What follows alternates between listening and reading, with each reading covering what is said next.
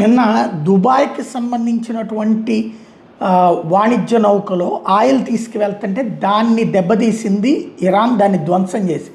దాంతోపాటుగా దుబాయి, బహ్రెయిను, తర్వాత కువైటు ఇట్లాంటి ఆయిల్ క్షేత్రాల మీద పెద్ద ఎత్తున విరుచుకుపడే ప్రయత్నం చేసింది.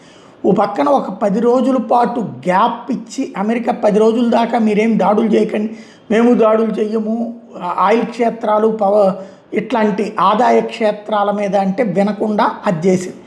దాంతో ఇప్పుడు అమెరికా, ఇజ్రాయెల్ కలిసి కరాజ్, ఇరాన్లో ఉన్నటువంటి ఆయిల్ క్షేత్రాలు ప్లస్ గ్యాస్ క్షేత్రాలు, టెహ్రాన్ వాళ్ళ రాజధాని దగ్గర రెండిటి మీదన పెద్ద ఎత్తున దాడులు చేసింది. ఇదిగో ఇది క్రిటికల్ ఎనర్జీ పాయింట్స్ అన్నిటి మీదన ఈ దాడులు చేసింది అన్నటువంటి విషయాన్ని స్పష్టం చేస్తున్నారు.